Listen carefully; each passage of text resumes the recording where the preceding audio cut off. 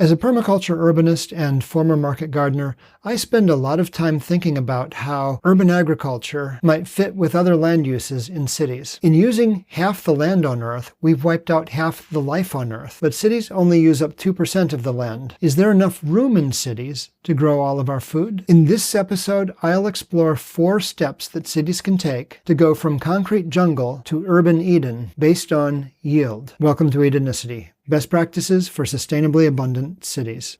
Our first step is to know the numbers, both the available space in cities and the amount of space it takes to feed us. And as you can see, the numbers vary by quite a lot. Within the city limits of Paris, France, for example, the total available space works out to about 50 square meters or about 500 square feet per person. But when you include the larger Paris metropolitan region, including the suburbs, now you're looking at 1,400 square meters or 14,000 square feet per person. In New York City, it's 90 square meters per person. And in Columbus, Ohio, where I live, the available space is 600 square meters per person. Now, to get the agricultural footprint of various growing methods, I had to kind of reverse engineer a number of different sources, including these books, going back to the early days of ancient Rome and making a few assumptions about family size, which is not well documented. I figured that a Roman family could feed itself on about 1,500 square meters per person. This is based on Charles Montgomery's book, Dirt, The Erosion of Civilizations. John Jeavons, the author of the very popular book, How to Grow More Vegetables, cites figures between 700 and 6,000 square meters per person, depending on your diet. And we'll get into the details in just a moment. Joel Salatin, who has written many books, including You Can Farm, provided a summary of his farm's output to Michael Pollan, author of the Omnivore's Dilmma. And looking up the protein content of what he produced, I was able to crunch the numbers and estimate how many people he could feed on the 100 acres where he raised all the animals mentioned in Michael Pollan's book. David Bloom, author of Alcohol Can Be a Gas, gave several different estimates of yield in a number of blog posts from quite a few years ago. And the two that really stood out in my mind was the old permaculture concept that you should be able to feed everybody inside a house from gardens planted within 50 feet of the house. And in a house that is not too empty, that works out to something like 200 square meters of growing area per person. In a past episode, we visited the Urban Homesteads website, where I estimated that they were feeding people on about 100 square meters per person. David Bloom also quoted some other figures that suggested that you could meet everybody's needs in anywhere from 20 to 70 square meters per person. And this master's thesis from the University of Florida, as well as some figures published by commercial aquaponics suppliers, suggests that in aquaponics systems and possibly chinampas, which is an ancient Mexican aquaponics system, could meet people's needs on as little as 12 to 30 square meters per person. That's quite a wide range of available space in cities and quite a wide range of areas required to grow the food that people need. But just to apply this, you can see that it makes no sense whatsoever to try to do fossil fuel-based agriculture in any of the cities listed. And you could maybe start getting away with things like the urban homestead in Pasadena in a city like Columbus, but not in New York City or Paris. For those cities, if it's possible at all, we will need to resort to really extreme layered systems such as aquaponics or chinampas and use all available roof area and a lot of street space as well. But there's one more variable that we need to consider, and that is diet. And the core concept is trophic level. Believe it or not, I never learned this in middle school, but when I taught middle school, we were required to teach it. So this is probably old hat to you, but just in case, here's a quick review. Plants are at level 1, herbivores are at level 2, carnivores that eat the herbivores are at level 3, and so forth. So a rabbit has a trophic level of 2, a fox which eats rabbits, has a trophic level of 3. A golden eagle, which eats foxes that eat the rabbits that eat plants, is at trophic level 4, and so forth. Now, in the ocean, it can get very complicated, and your really large predators, your tuna and so forth,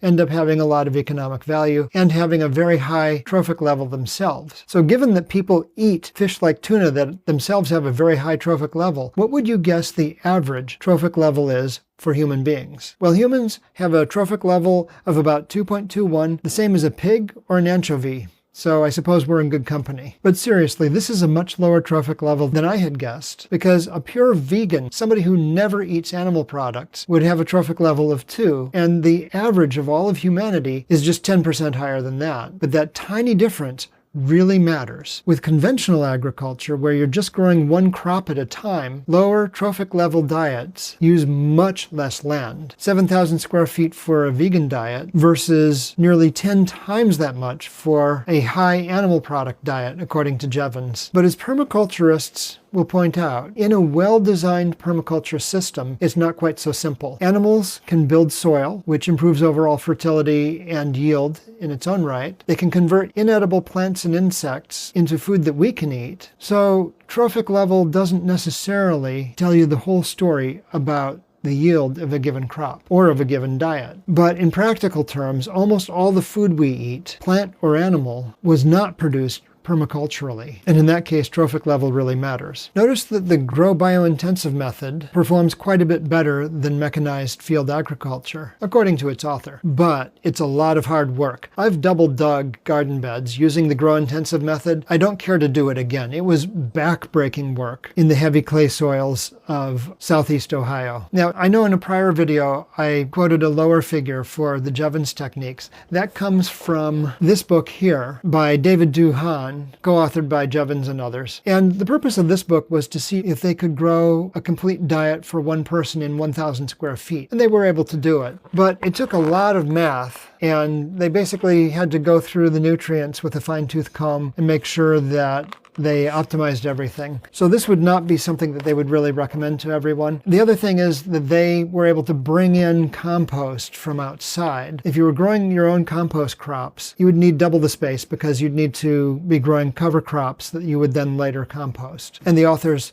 hasten to make that point in many places in this book. Now let's take a look at the really big picture. A third of the Earth's surface is land. 71% of it is habitable. And some of the portions that are not habitable, the barren lands, such as deserts, are uninhabitable because of human activity. 50% of the habitable land is in agriculture, although Charles Montgomery has pointed out that the conventional agriculture today is damaging the soil at a very fast rate and gradually making large amounts of it uninhabitable. But take a look at how the agricultural land is allocated. 77% of it goes to animal agriculture, but only 23% of it goes to plant crops. Amazingly enough, though, that 23% provides 82% of the calories that we take in and 63% of the protein. This is a consequence of the cascade effect from one trophic level to the next. Each calorie or gram of protein that you get from an animal took something like 10 calories of grain to feed them in today's agricultural system. Now again, the ratio would not be so extreme in a proper permaculture design, but that's not what we have with big agriculture today. All right, so there may be room in cities, if we're very clever, to grow much of our food, but we are going to have to reallocate our land use in some really significant ways.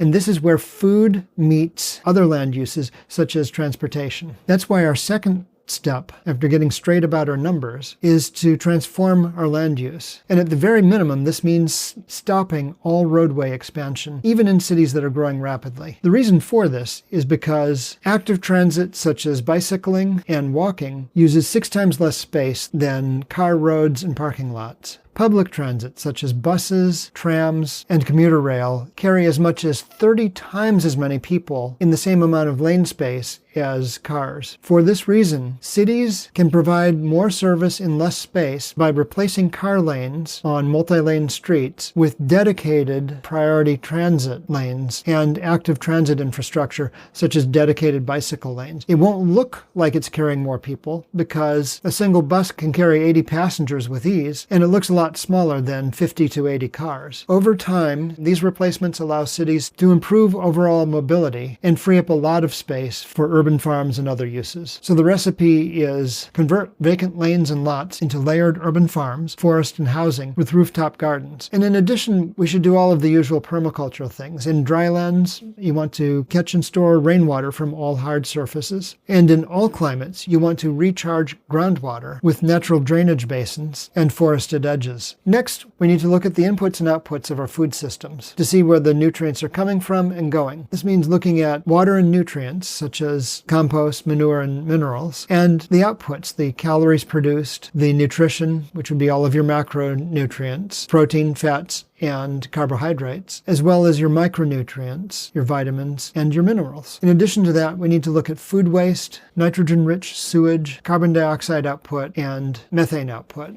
Needless to say, this is not a task for the home gardener. This is a task for professional laboratories. Once we know our inputs and outputs, it's time to close the loops at scale. There's an adage in permaculture that goes, waste equals resource. And this is really how natural systems such as forests can thrive for millennia without any industrial fertilizer. Applying this principle to city design from small to large scale, this can be as simple as just ventilating the buildings, taking carbon dioxide from where the people live and putting it into the rooftop greenhouses in a season-appropriate way to speed the plant growth. At all scales, it's possible to take solid waste, whether from the garden, from food waste, or from animals, and compost it to return nutrients to garden soils. In addition, many modes of compost produce surplus worms or soldier fly larvae, and these can be used to feed fish, and the wastes from the fish then become the nitrogen input for an aquaponics system that goes into crops. And again, each of these arrows multiplies our yield by a small amount. At the city scale, we can do what many cities already do today, which is take the solids from the settling ponds after anaerobic processing and put them through compost. They do that here in Columbus. It's called ComTill, and that should go into tree crops. In addition, the effluent coming out of the sewage treatment facilities is usually high nitrogen. And David Bloom has pointed out that that can go into a cattail bed, which takes out the nitrogen, leaving you with clean water for irrigation. And then the cattails can be fermented to produce alcohol, and the mash left behind is a very high protein component that can be added to animal feed. It's important to realize that none of this is new. It just needs to be rolled out at scale everywhere to stretch our resources and give the earth a break. Once again, those 4 steps are: know the available urban area and the required planted area, transition from cars to public transit to free up a lot of urban space, measure the inputs and outputs of agricultural activity, and then use those rigorous measurements to close the nutrient loops and boost our yields. For more about Edenicity, have a look at these videos. To see how it all fits together, you can download the Edenicity reference design from the link in the description. And if you want to be part of this, check out the Edenicity membership, also linked in the description. And while you're there, look for that subscribe button, and if it's visible, be sure to tap it so you don't miss out on future episodes. Thanks for watching. Take care, stay green. See you next time.